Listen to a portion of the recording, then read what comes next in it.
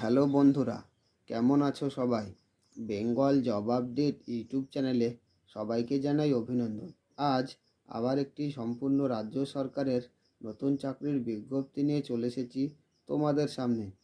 বীরভূম জেলার স্বাস্থ্য ও পরিবার কল্যাণ সমিতি থেকে একটি বিজ্ঞপ্তি প্রকাশিত হয়েছে, যেখানে যোগা ইনস্ট্রাক্টর পদে 19 জন ছেলে এবং মেয়ে নেওয়া হচ্ছে। বয়স চাওয়া হয়েছে 21 থেকে 40 বছরের মধ্যে।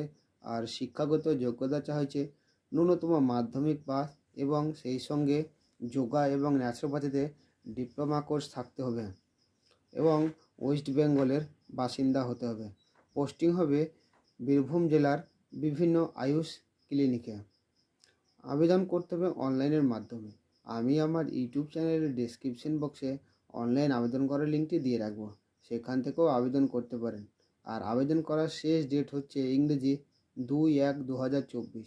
আর এই ধরনের নিত্য নতুন ভিডিও পেতে আমার এই বেঙ্গল জব আপডেট ইউটিউব চ্যানেলটিকে সাবস্ক্রাইব করবেন এবং লাইক, কমেন্ট, শেয়ার করবেন।